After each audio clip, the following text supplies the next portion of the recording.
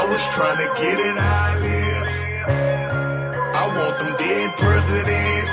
I want to pull up, head spin, get it, get fly. I got 6 jobs, I don't get tired. I don't get tired. Hello, guys. We don't get tired and we don't lose our uniforms or shirts or anything like that, such as Tom Brady did. The GOAT. Can we say the GOAT now? The greatest of all time NFL player? Not just NFL quarterback, but NFL player? Perhaps we can after his performance in Super Bowl 51. An epic fourth quarter comeback. And Brady and the Pats won it again. A 5th Super Bowl in franchise history. A 5th Super Bowl for the duo of Bill Belichick. Bill Belichick. I don't know. Now we can't say that, right? But him and Brady, 5 Super Bowls together as a duo. A great story, and this is a great podcast, Two Bad Hombres. I am your host, Vito Jerome Churko, the doc from Doc and Jock, and the doc of the podcast network, the Detroit Sports Podcast Network, is always here with me as my co-host. John, how's it going?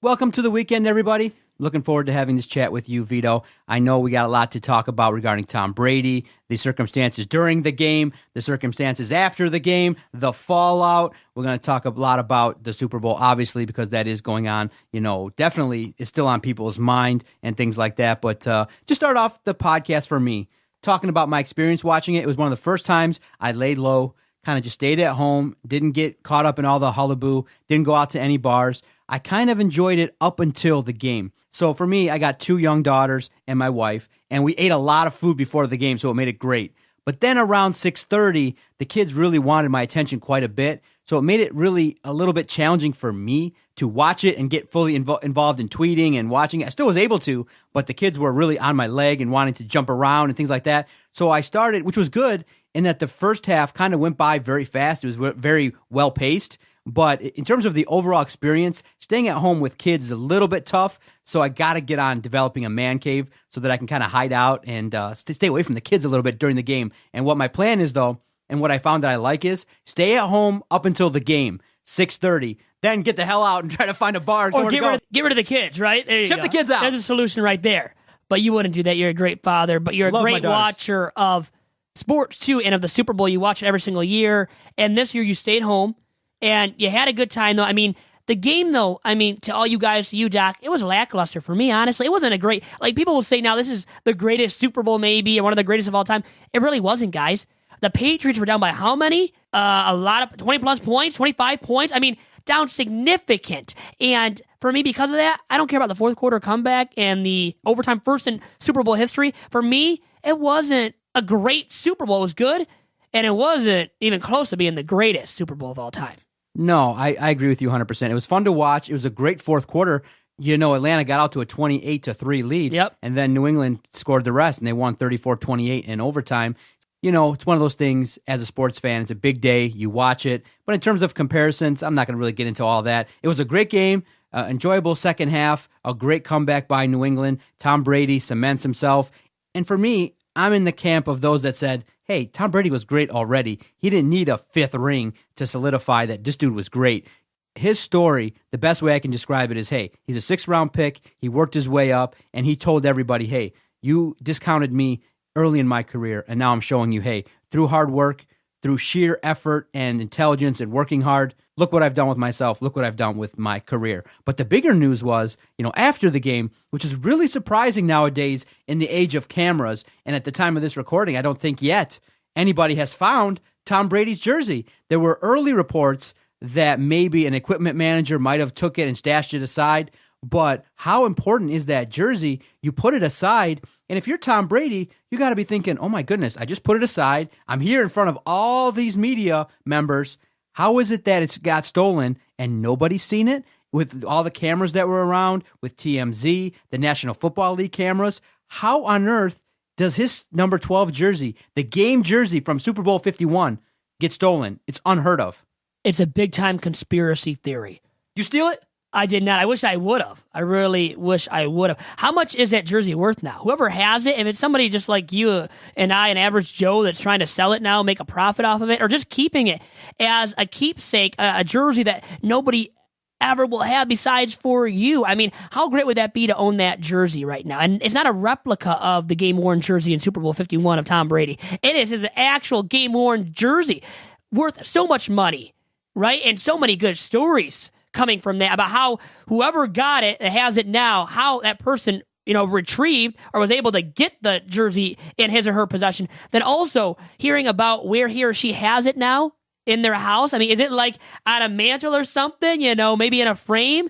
Wouldn't that be cool to find out, well, who took it, how they took it, and now where they have it located? That'd be a great, great story to find out. And still, it seems like like you said, nobody's found out. Still to this day, from my knowledge as well, Doc. And you would have thought the NFL, with all their cameras there, TMZ would have picked up on it and found out who the person is that stole the jersey. And maybe his family actually has it, and Brady's making all of this up. No, there's no chance. I know. It can't be that. You saw the TMZ video where they actually have the moment where Tom Brady kind of looks at Robert Kraft and is like, someone stole my jersey. Dramatized. Come on, cameras are around. He wants to enliven the mood there, the atmosphere. Brady playing it up as somebody stealing his jersey. You know what? Hey, more attention for him. But I don't think he's not that type of guy. He's not that big of an egotistical man. I don't think he really is that kind of a guy that, lives for that or, strives for the cameras being on him and capturing his every move. And too bad the Falcons, though, had to go through what they did. And the fans, a choke job. And the play calling stunk in the fourth quarter. Kyle Shanahan, now the head coach of the San Francisco 49ers. My dad, brother, and I, and my dad's friends at the Super Bowl party that I was at on Sunday, we were kidding around saying maybe the 49ers take away that job offer to Kyle Shanahan. Maybe they take that head coaching gig offer off the table from Shanahan because of how lackluster his play calling was. And the throws. And maybe Matt Ryan made some audibles at, in the huddle at the line of scrimmage and made the decisions himself to throw the football when they weren't running it with Devontae Freeman and Tevin Coleman.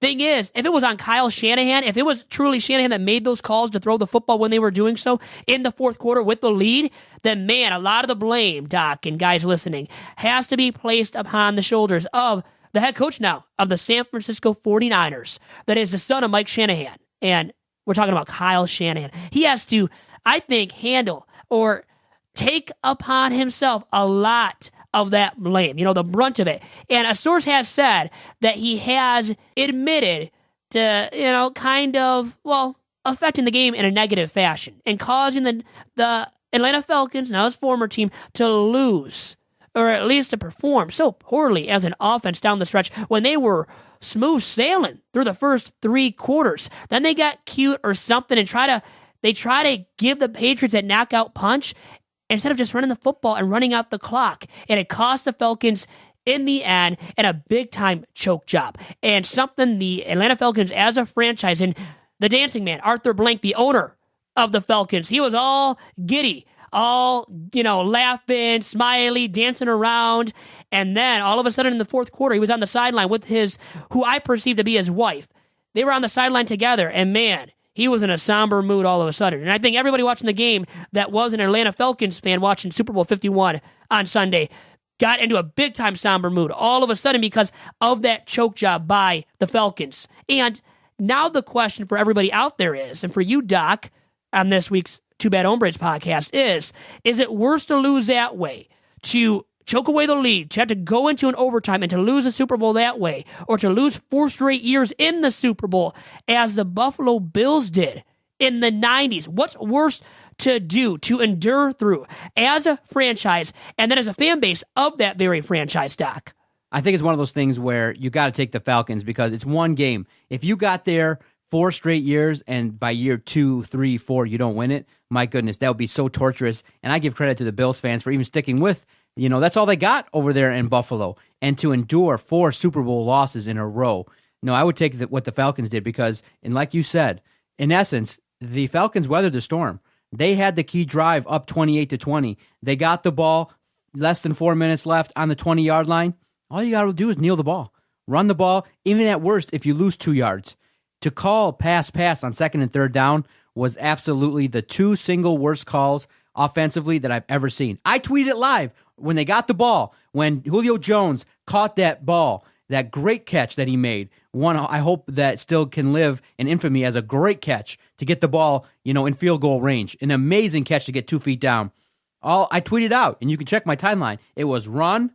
That's all you needed to do was absolutely run the ball, force New England to take timeouts, kick the field goal, hopefully make it. You go up by 11 with 2.5 minutes to go. And in essence, you're holding the Lombardi Trophy. I was shocked that they were not able to grasp that. And the one factor I didn't take into account when talking to Adam, when talking to you, when talking to others, was the choke factor. And now, though, I'll never let that happen again, because that will be in my discussion, in my thought. Because the hardest thing to do in talking about winning a championship is actually closing it out. Because the game speeds up, the momentum takes place, and it's one of those things where the ultimate prize is there. And I can imagine it. Like, let's say, for example, I got to ESPN radio and I'm about to do the show at 6 o'clock. You damn well know at 5:57, I'm going to be having to text someone, hey, man, I'm freaking out, and I'm needing maybe you or Adam to tell me, hey, relax, just open your mouth. The things that come out will be glorious and everything will be fine. So the hardest thing to do is to close out a championship. So I understand the choke factor, but when you're that close, one word, run the damn football. They weren't able to do it. And the Atlanta Falcons, it's a shame. It's a damn shame. But to piggyback to the jersey, is there something that if you could get away with stealing and nobody would, and you would have no consequences and there'd be no ramifications for you, is there anything that you would want to pilfer and maybe have in your possession to keep, or maybe to have and maybe to resell in the internet market here? Somebody's girlfriend. Do you like that? I would say like Jim Leland's jersey from when he was with the Tigers, or Justin Verlander's, or Miguel Cabrera's. A favorite Tiger of mine, a guy like that, his jersey that he's worn in games, I would say is something that I would steal and never tell a soul about. I think that's one thing for me that I would try to get away with. And really back to the discussion about the Super Bowl 51. You know what? You can never question the heart of a champion. I believe Rudy Tomjanovich said that with the two-time world champion Houston Rockets when he was a head man of that Rockets, those two back-to-back, Rockets championship teams. He said that himself because people had doubted the Rockets at a certain point, I believe after winning their first title, about repeating as champs.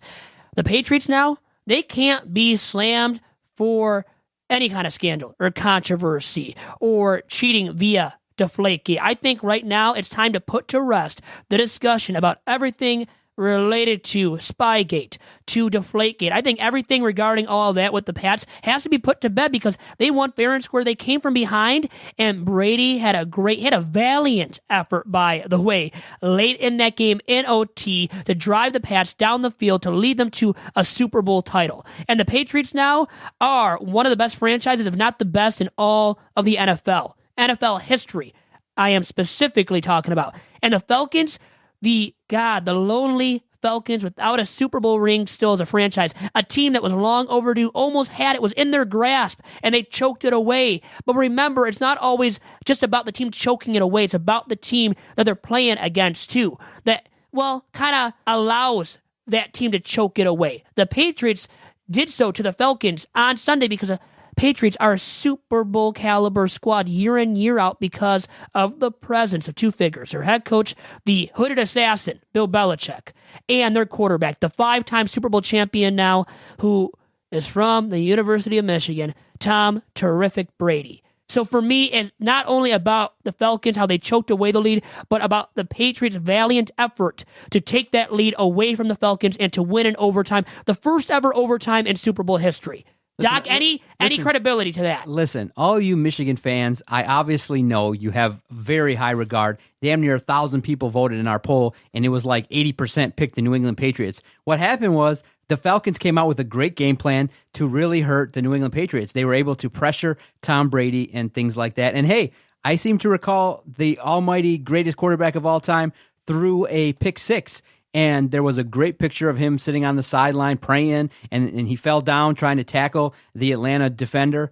But in essence, it will always be part of the story that many people will question, hey, is Tom Brady and the New England Patriots a cheating organization? Now, here's my stance on it in terms of Tom Brady's legacy. Is he the greatest athlete of all times? Not in the sense of the word athlete. Hell no. No. Is he the greatest mind? Is he the greatest worker?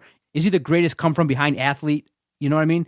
Is he the greatest preparer? Is he the guy that put in the most effort? Is he the guy that works the hardest and mastered the craft at quarterback? Yes.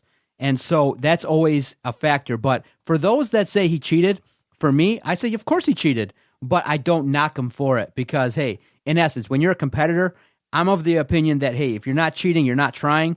And don't forget, don't discount. Many quarterbacks said, hey, we've done kind of the same thing. The organization, though, the Patriots, kind of do take flack for, Spygate in terms of the fact they did get caught cheating and things like that. But hey, if other organizations probably cheat in the same line, maybe not so publicly in terms of Spygate, but they try to get information here and there, they would do that in the same vein. So I'm not going to sit here on my high horse and say, hey, if some information was presented to me that I shouldn't know, would I use it? Of course I would use it.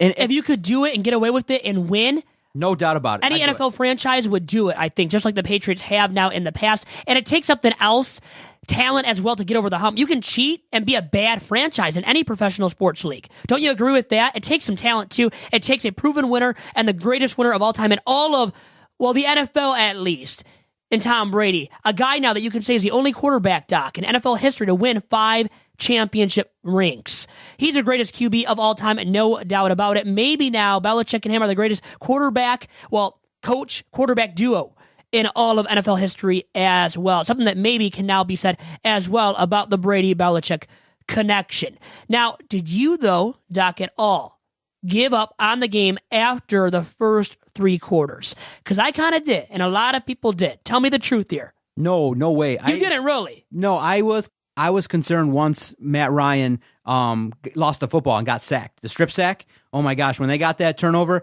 and they got that momentum, once it was 28-20, I had a feeling, but that drive that Atlanta put together was started off by a great play, a 40-yard pass, I think, to Freeman. That was an unbelievable play to inch closer to New England territory, then followed up by the Julio Jones catch. That was a great drive. After it was 28-20 and they weathered the storm, Atlanta came back with a good drive. They just weren't able to close it out because of the choke factor, because once you get to your ultimate prize, it's the hardest thing in sports is to close out and win the game. So that's just what they were not able to do. So all credit to New England for coming back and not giving up. But like you said, they had the heart of the champion, and it was an okay Super Bowl, fun all the way around. And even though, people will say, hey, it was a great Super Bowl, still, in the last couple of years, the halftime act alone has outdrawn the game in and of itself in the ratings. 50 million people, a 50 share, saw Lady Gaga do her thing as opposed to a 48 or 49 share in the ratings for the Super Bowl. Did you love Lady Gaga doing her thing? It was awesome. It was a great performance. I stuck with it. It was one of those things where I'm not really a huge fan of the halftime acts in recent years. Too much pop, but I liked the recap that they showed of previous, people that performed at the Super Bowl, like Michael Jackson, and things like that. But Lady Gaga did great. Held my attention. She actually sang, and just coming off of the Mariah Carey performance on New Year's Eve, it was great. Were you dancing because of Lady Gaga? Were you and the girls dancing? You, your wife, and kids, were you guys all dancing during that halftime performance? Tell the truth. No, we weren't dancing. We were. Well, actually, you know what? We were dancing. We were having a good old time. You were dancing? Yeah, I was dancing a little bit. What kind of dance? Just kind of running around with the kids, holding their arms up, hugging them, and stuff like that. Okay, fair enough. Wanted to hear what it actually entailed. Anyways, though, that was a great halftime act. How about the postgame act between Roger Goodell handing off the trophy to the Patriots, to Robert Kraft, to Tom Brady, then giving the Super Bowl MVP trophy to Tom Brady the following day?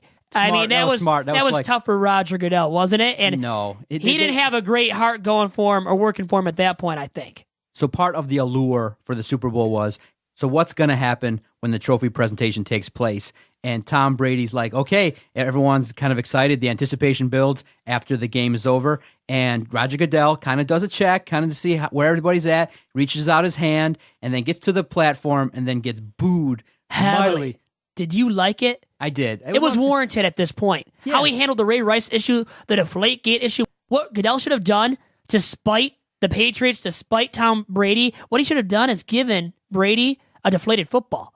He should have given him a deflated football, come up there to the platform, and given him that deflated football as a trophy for winning the Super Bowl. Or to go out there and kind of say, despite all the controversies in the last couple of years, despite the fact that there's many skeptical doubters about you guys, great performance.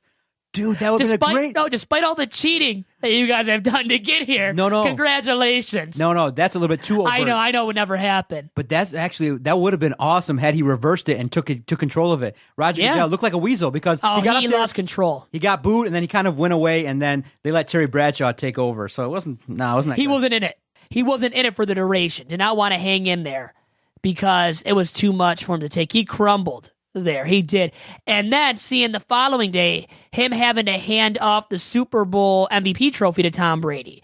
That was something in itself, too. And you couldn't hear everything going on being said between the two of them. But that was super awkward for Roger Goodell. And still, I wish he would have given him a deflated football to say, hey, thanks, but no thanks, really, to the greatest now quarterback in the history of the league, Doc. Yeah, it was one of those things where everybody involved was very classy. And it's one of those things where Tom Brady is a classy individual. He wasn't going to go up there and say anything. But at the parade, he wore a shirt that kind of referenced the whole Deflategate situation and the controversy. Roger Goodell, hey, what does he got to worry about? Dude makes $40, $50 million a year. Hey, most people don't agree with him, but hey, when you're cashing that check, he's still the commissioner. Now, he doesn't have a good relationship with Robert Kraft, but he's got a great relationship with the rest of the league because they pay his salary. He works as an advocate for the owners and the league. So it's one of those things where that the players don't like him. They don't like the fact that he's kind of come out as being this vigilante commissioner with all the punishments and things like that.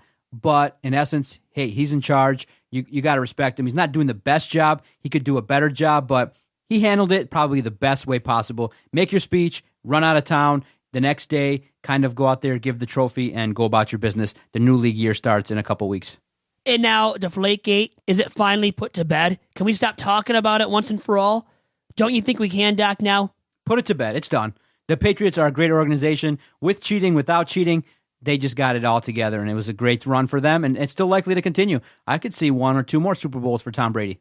No matter how you slice it, they're still a champion. A team that's proven to be able to win, and now has won 5 Super Bowls in its entire history. So more power to them. Now, I think a person that's not a champion is Betsy DeVos. We'll have to talk about her after this quick commercial break on episode number 6 of Two Bad Hombres. Doc here for the Detroit Sports Podcast Network.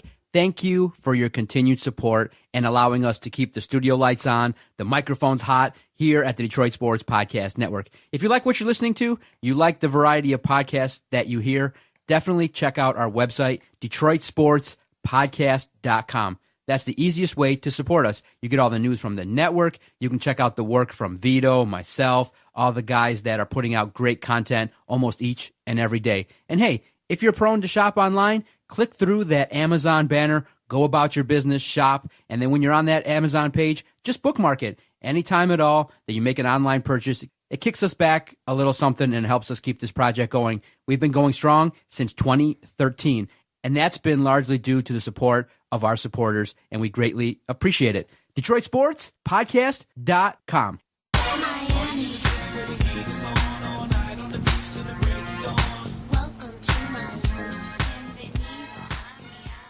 And back here on episode number 6 of Two Bad Hombres, a post-Super Bowl edition of Two Bad Hombres. Glad to have you all along with us. You are listening to yours truly, Vito Churko, and the Doc from Doc and Jock.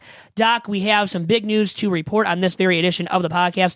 Betsy DeVos, a billionaire from Michigan, has been appointed now officially as Secretary of Education among the cabinet that Donald Trump, the new president of the U.S., has put together for himself. And she is the weakest, it looks like, by far, member of this cabinet, which is highly, highly controversial, as many of you guys know who are listening right now to this podcast. So fill me in, because I haven't been paying attention too much to all the controversy. I understood it was a 50-50 split in terms of the vote, and Vice President Pence was the deciding vote. A lot of people are going back and forth talking about public education, her role in Michigan, and what she did. For me, I've been oblivious. I haven't really paid attention too much, other than I am aware of the controversy. I know that she worked in education here in Michigan. Fill me in. What's this about? What's all the hullabaloo about? Because I've been burying my head in sports for the better part of the last 4 years. Outside of this election hullabaloo and all the drama around it, I really haven't paid attention to politics all that much. Well, she's a wealthy Republican donor and a long-time school of choice advocate. She married? Oh, big-time money. And she's married, so you're not going to be able to marry her now. So you can't divorce Andrea and think you're going to get married to Betsy DeVos. Wait, is there a name Dick DeVos? Is that name ring a bell? You can look him up. But I was going to say, the problem with all of this, why the Democrats really fought back on her appointment, is the fact that really she is not fit to be the Secretary of Education, doesn't meet the qualifications, and showed off her lack of qualifications in the Senate hearing for her appointment when Democrats and Republicans were able to fire off questions, grilling her left and right. Bernie Sanders did. Many Democrats did. and they showed the weaknesses of Betsy DeVos in doing so. What kind of prep did you do for this podcast? I'm a guy that's buried my head in the sand talking sports, right? And you say Betsy DeVos, right? And what do I throw out there? Dick DeVos. Is that her husband? That's her husband. I thought I'm not going to just say something, though. I don't want to just go along with it without knowing. I'm not like that. I'm not going to just spew fake facts, alternative facts, okay? I'm not doing that either. I'm no Sean Spicer or Kellyanne Conway here, by the way. Richard Marvin, quote-unquote Dick DeVos Jr., is an entrepreneur businessman from Michigan, the son of Amway co-founder Richard DeVos. He served as CEO of the Consumer Goods Distribution Company from 1993 to 2002, and now is the spouse of Betsy DeVos. Who, once again, the problem is that she donated so much money to the Republican Party that it looks like it was a pay-to-play scheme and setup that makes her unqualified for the position, along with the fact that she's not qualified to even be in the position anyways based on previous things that she has done leading up to this appointment. But didn't she also serve on some level of capacity in education here in Michigan, championing, like I said, I'm naive to this. Didn't she champion the position of, like, being able to have vouchers to go to any school you want? She's championed the charter school movement in the state of Michigan, which are poorly ran. Look at how many are failing academically, not meeting academic standards. And she's really the reason why keep supporting these charter schools, which have no accountability. And especially in the state of Michigan, where they're like the weakest. The charter school system and the state of Michigan is like the weakest in the whole entire US of A. And she has a responsibility for why that is the case. And now she's a Secretary of Education. Does that add up to you at all? It shouldn't. I'm the product of public education, so I sit here today, the entrepreneur of the Detroit Sports Podcast Network, and I came from public schools. I'm a product of the East Detroit public school system, and I was of the opinion that, and I was always taught, hey, bury your head in the books, learn, and you'll have great success. And that's just kind of what I was taught from my family was, hey, school is important. You'll be a successful person if you bury your head in the books. I don't know if the East Detroit public school system was ranked that highly in the 90s, but I was Probably wasn't. Highly accredited. No offense to the East Detroit public school system. But hey, in any case, I was able to take the education that I received, parlayed it to go to college, worked hard in college, got a 4-year degree from the Michigan State University, and parlayed that to enter into grad school at the University of Detroit Mercy. So I'm of the opinion that when you look at education, yes, who's in charge is very important. And I can see why people are definitely upset with Betsy DeVos, because if she had her hand in Michigan education, all you got to say is Detroit Public Schools, and anybody at all associated with it knows it's been an utter and complete disaster, and nobody associated with the public school system in Detroit needs to have a say in anything, in my opinion, because at this point in time, when you look at the schools, every couple months or so, you see asbestos in the roofs. You see videos of rats from WXYZ on their reports. You don't like seeing that? I love seeing rats. You love seeing rats in I schools? love big rats. No. You see the reports of failing schools. Unfortunately, these teachers have to go out there and, make calls to the news station saying, hey, the schools are dilapidated. We can't get help and things like that. And I feel bad in East Detroit. Kelly Middle School, the school that I went to as a youngster, 6th, 7th, 8th grade, is now on the agenda to be closed.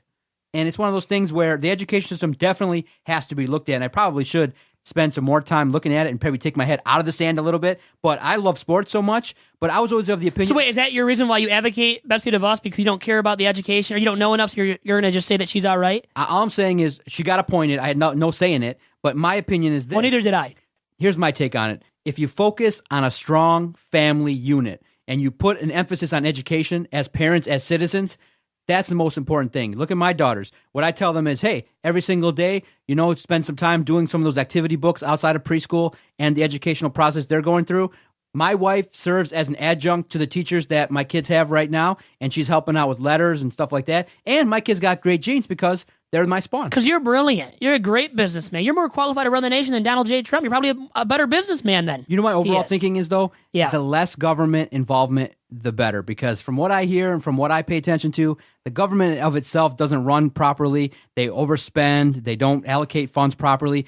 I believe that states have to take more control of the educational system and figure out the best ways to educate young kids. But in essence, a lot of people do believe, and I'm familiar with the private school system as well, from my experience knowing friends and family who have also placed their kids in private schools, it's way better. The educational system, the process is way better. And like in life, you get what you pay for. If you think about it, Vito, just think about it like this, okay? You're going to send your kid to a public school. Okay? And that's funded by public tax dollars. That's funded by a government that's overseen by government that kind of sometimes doesn't look at things properly. And then I look at what goes on in private schools. They don't have all these days off. They don't have all these situations where, you got to deal with all these regulations and things like that. You pay for an education. So my opinion is the best option. I'm not discounting. Don't get me wrong. I'm a product of public education. You work hard, you can achieve anything in this world.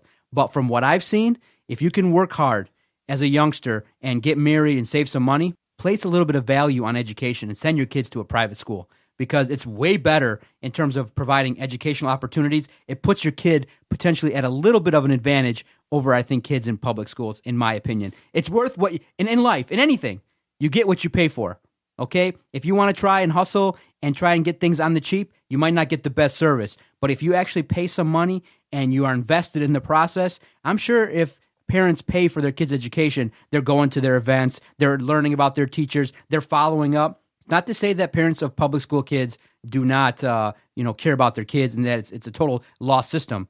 But in terms of what I've seen, from my eyes, from my vantage point, invest a little bit, work harder, and invest in your kids. Pay for the education if you can. If you cannot, then that's fine. Just make sure that your kid really understands the importance of education. Stay behind them. You can be your child's advocate way more than a teacher can. It was hard for me to get through private school, for my parents to pay for me to get through private school. So I am a product of private school and grade That explains school. it.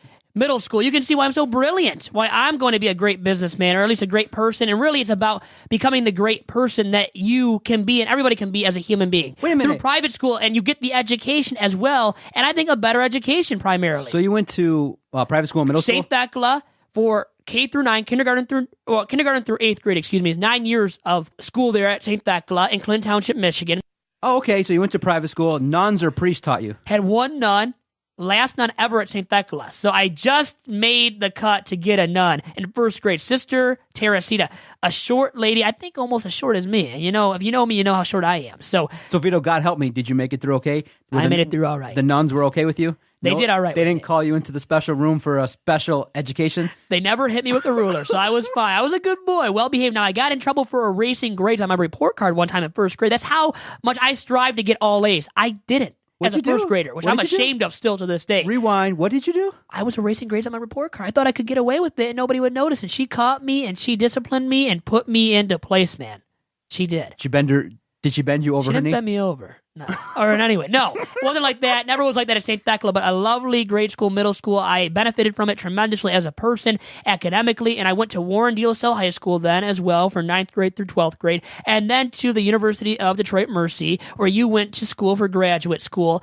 And Detroit Mercy, another stellar academic institution and a private institution. So I was private school all the way from kindergarten, Doc, through my senior year of college. I've graduated since from college, May of 2015, and I think I've extremely benefited. My point here is that, you know what, if you can do it for your kids. But I'll say this much. I think a lot of parents actually, they put their minds to it, their wallets to it, could do it.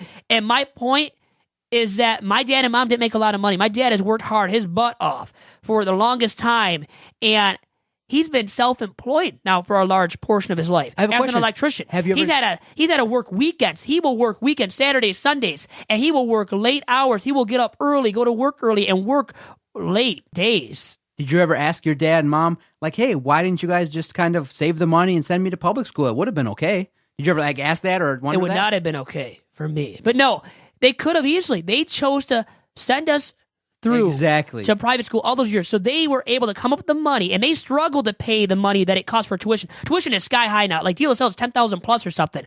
For two kids at St. Thecla, it might have equated to $10,000 or around that for my brother and I, because we were in school together. So for one kid, it's much easier. But when you have more than one kid, like I saw families of 4 or 5 kids go through St. Thecla, go to private high school.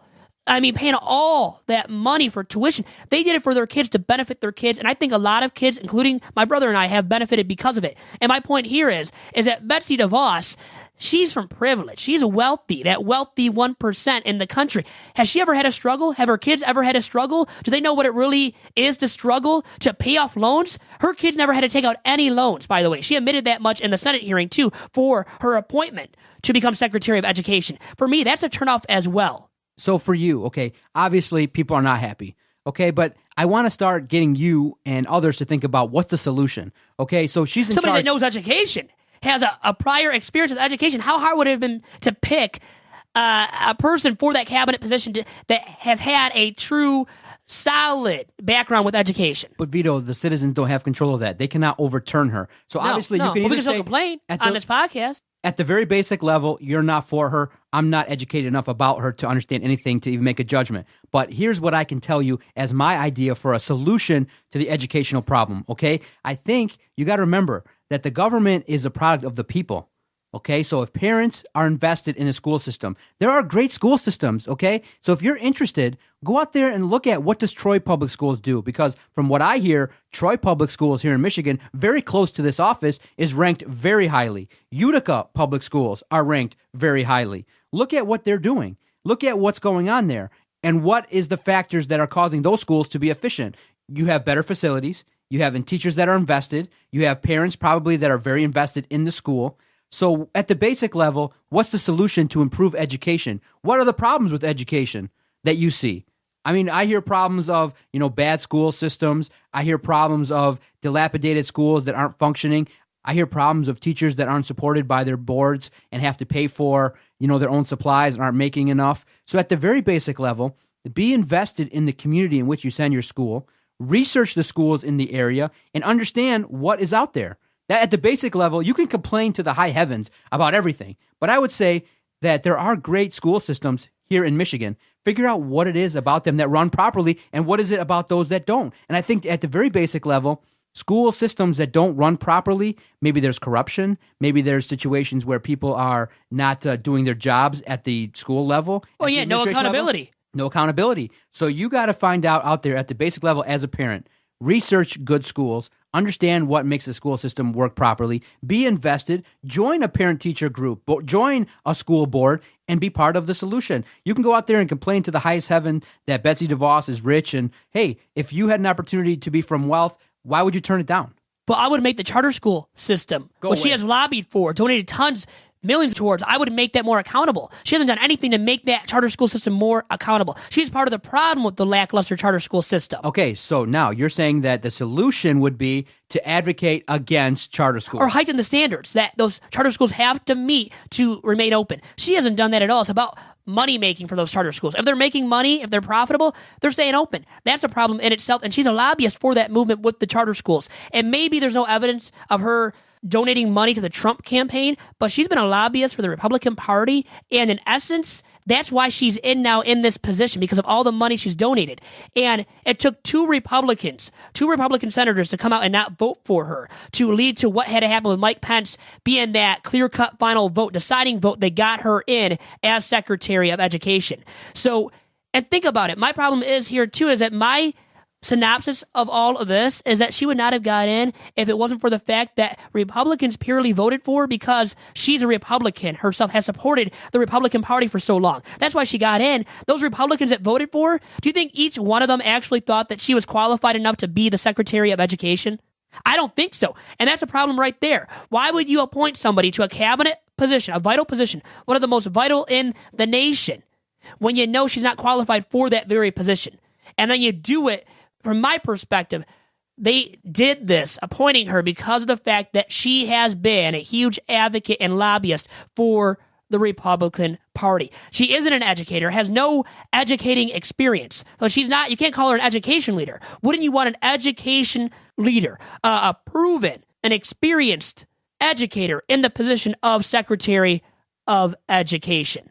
And for me, all she's doing, all she has done, and the reason why she's unfit is that, and also because she has used her extraordinary wealth to influence the conversation about education reform. And she's influenced it with dollars in the way that she's wanted to influence it. So I know it's because it's, her dollars. She can put the dollars anywhere she wants to as a human being, as an American citizen.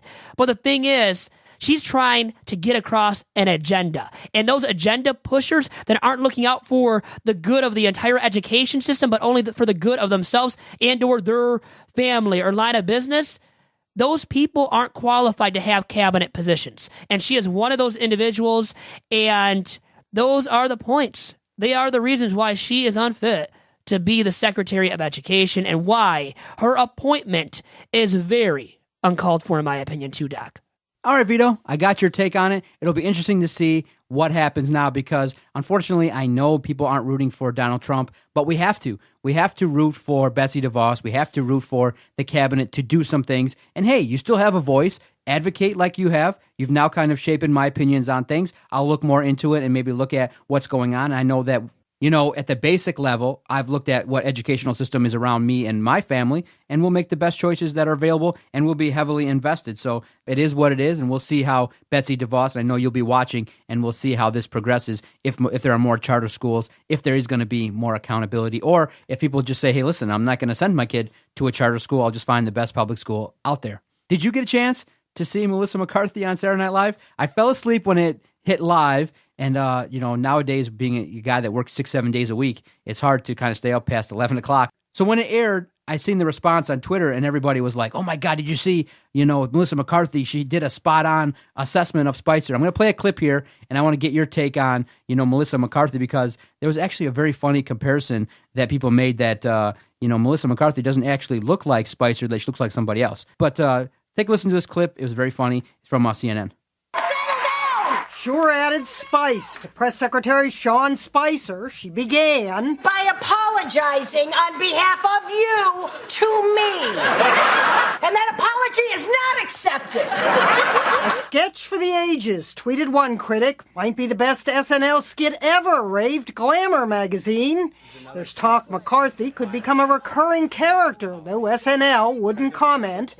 The writers took Spicer's actual squabble over the phrase travel ban that President Trump himself used. He's using the words that the media is using. But at the end of the day, it can't... Hold on. The travel ban is not a ban, which makes it not a ban. But you just called it a ban. Because I'm using your words. You said ban. It's circular using of the word, and that's from you.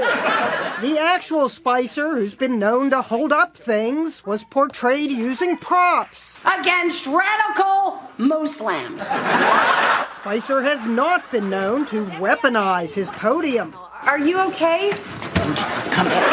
When asked about the skit, Spicer told Extra that Melissa McCarthy could dial it back a bit. He told Fox News. It was cute. It's funny. One personal quirk that SNL barely had to exaggerate. I'm here to swallow gum, and I'm here to take nade. I think Melissa McCarthy needs to slow down on the gum chewing. Way too many pieces in there. I'll get back to you. Actually, Spicer told the Washington Post he chews 2.5 packs of Orbit cinnamon gum every day before noon. That's 35 pieces, and he doesn't just chew them. He chews and swallows them.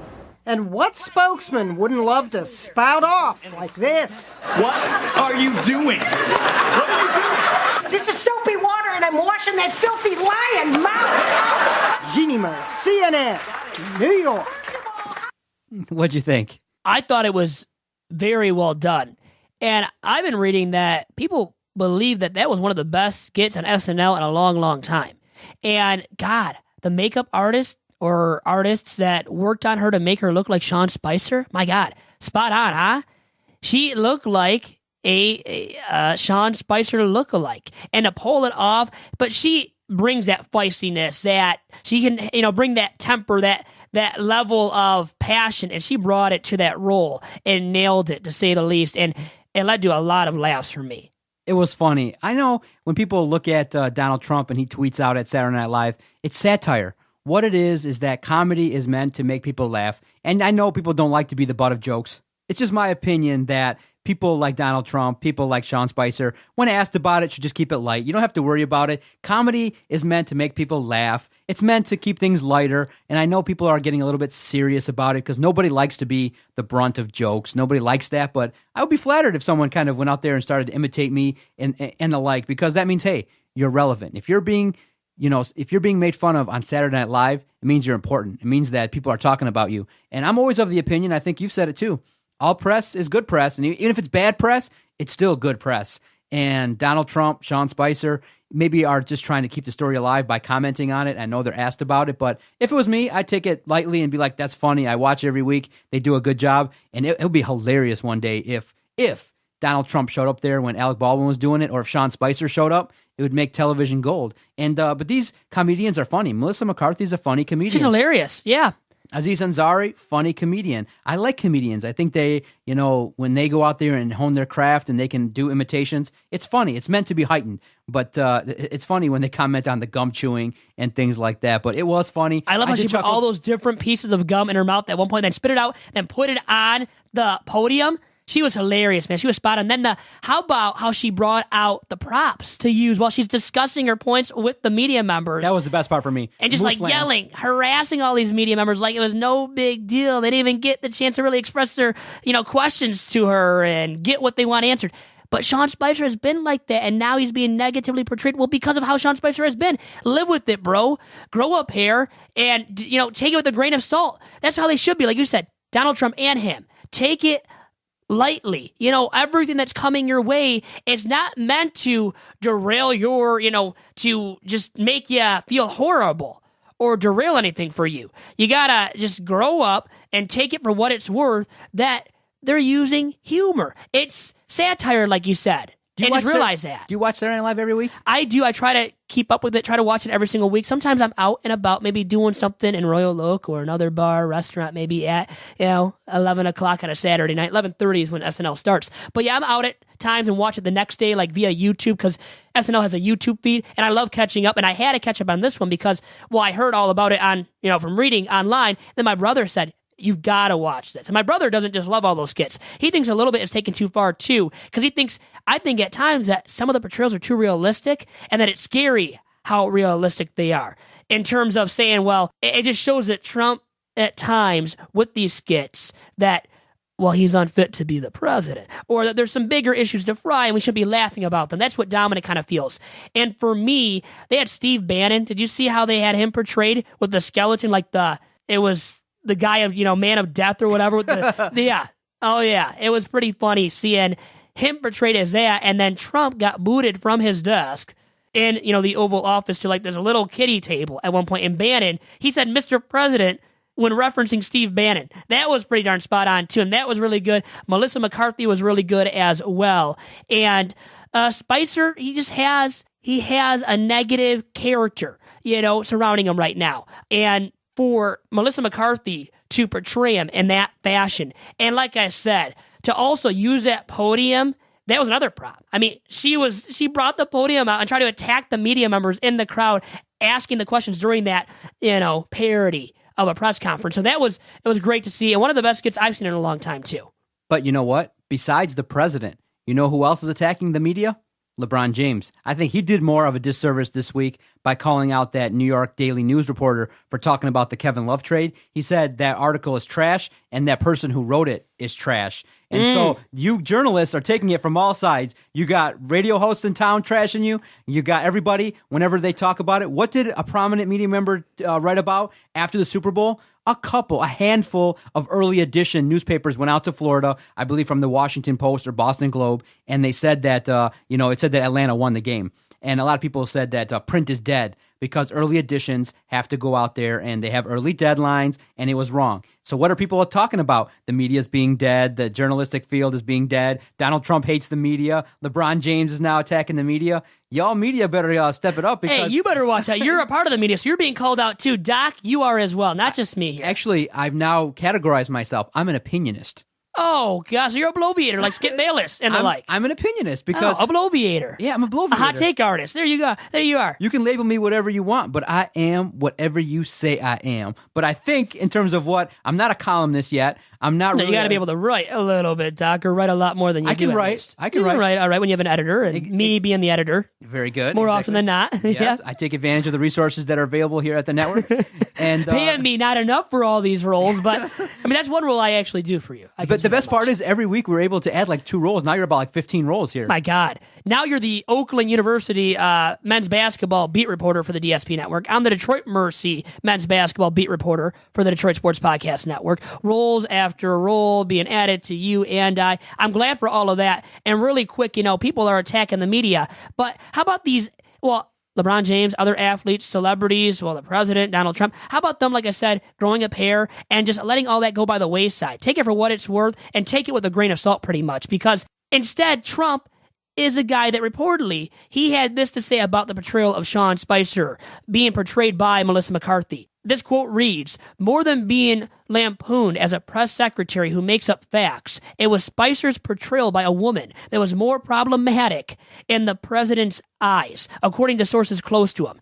And the unflattering send-up by a female comedian was not considered helpful for Spicer's longevity in the grueling high-profile job in which he has struggled to strike the right balance between representing an administration that considers the media the opposition party and developing a functional relationship with the press." So he took it more harshly because of the fact that Spicer was portrayed by a woman. Okay, Oh. is his job on the line? Because I saw Richard Deitch from SI, this SI media reporter, who I love reading his tweets. He has a lot of satire. He had said and asked the masses on Twitter whether or not we will see Sean Spicer as his press secretary come 2018. Or is his leash kind of short now after, being lampooned? According to Trump, it was horrible being lampooned by a woman. But all these attacks that Spicer has made on the media at press conferences and how he doesn't deal with the media very well, doesn't mesh with the media. Is his time going to be cut short as press secretary in Trump's administration? A guy that doesn't deal well with the media is named the press secretary. Very Does interesting. that make any sense to you? Hey, man, I'm not running the office. I'm not the president. I didn't get voted in. I'm just the president of the DSP network. That's all. I stick to my role. I know my role as an opinionist, and I stick to it, brother. That's all I can say. Opinionist. Wow, a man of many opinions on this week's podcast. And hopefully in the future, I think I will have many opinions to share with you as well, you guys listening to this very podcast, Two Bad Hombres. And thanks for tuning in to episode number 6. It's been a pleasure. And Doc, your final words.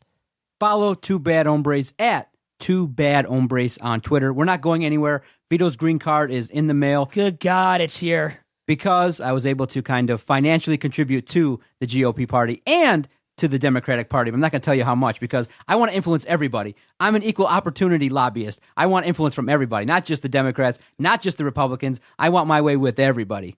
And that's coming from a man that doesn't vote for the election anyway. So why does it matter who he lobbies for when he's not voting, right? So I'll just leave you guys with that. Thanks for tuning in to episode number 6 and tune in to episode number 7 next Saturday as well. God bless and goodbye. I was trying to get it how I live. I want them dead presidents.